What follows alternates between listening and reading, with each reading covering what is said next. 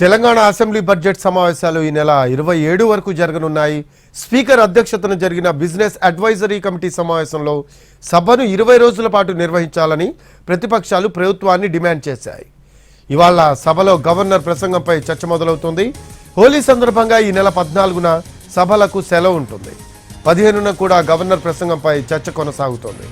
అదే రోజు చర్చకు రేవంత్ రెడ్డి సమాధానమిస్తారు. అదే రోజు బీసీ రిజర్వేషన్, ఎస్సీ వర్గీకరణ బిల్లులను సభలో పెడతారు. 17, 18 తేదీల్లో బీసీ రిజర్వేషన్లు, ఎస్సీ వర్గీకరణ బిల్లులపై చర్చ జరుగుతుంది.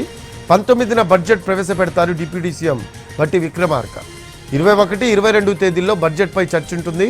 24, 25, 26 తేదీల్లో పద్దులపై చర్చిస్తారు. 27న సభలో ద్రవ్య వినిమయ బిల్లు ప్రవేశపెడతారు. అదే రోజు సభలు నిరవధికంగా వాయిదా పడతాయి.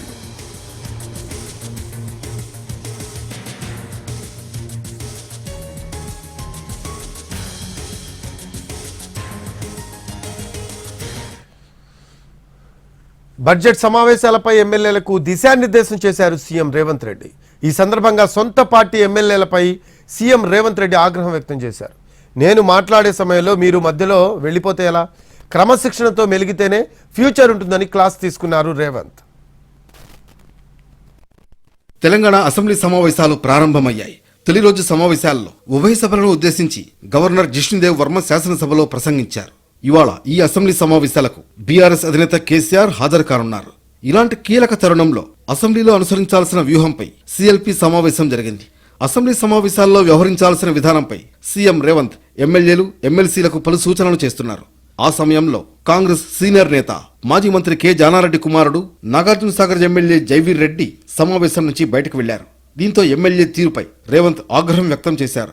నేను మాట్లాడుతున్నా కదా, మీరు బయటకు వెళ్లడం ఏంటి అని ప్రశ్నించారు. క్రమశిక్షణతో మెలిగితేనే ఫ్యూచర్ ఉంటుందని క్లాస్ తీసుకున్నారు. మొదటిసారి ఎన్నికల్లో గెలవడం గొప్ప కాదు, రెండోసారి గెలవడం గొప్పని కాంగ్రెస్ ఎమ్మెల్యేలకు సీఎం రేవంత్ రెడ్డి దిశానిర్దేశం చేశారు. తెలంగాణ బడ్జెట్ సమావేశాలపై చర్చ సందర్భంగా ఎమ్మెల్యేలకు కీలక సూచనలు చేశారు రేవంత్ రెడ్డి. ప్రజాప్రభుత్వంలో ఇవి రెండో పూర్తిస్థాయి బడ్జెట్ సమావేశాలు. ఈ బడ్జెట్ సమావేశాలు అత్యంత కీలకమైనవి. 15 నెలల్లో ప్రజాప్రభుత్వం చేపట్టిన కార్యక్రమాలపై పూర్తిగా చర్చించుకునేందుకు ఈ సమావేశాల్లో అవకాశం ఉంది. ప్రతిపక్షాల విమర్శలను ధీటుగా ఎదుర్కోవాలి. సభ్యులు ఖచ్చితంగా సభకు రావాల్సిందే. సమావేశాల్లో సభ్యులంతా సమన్వయంతో ముందుకు వెళ్లాలన్నారు.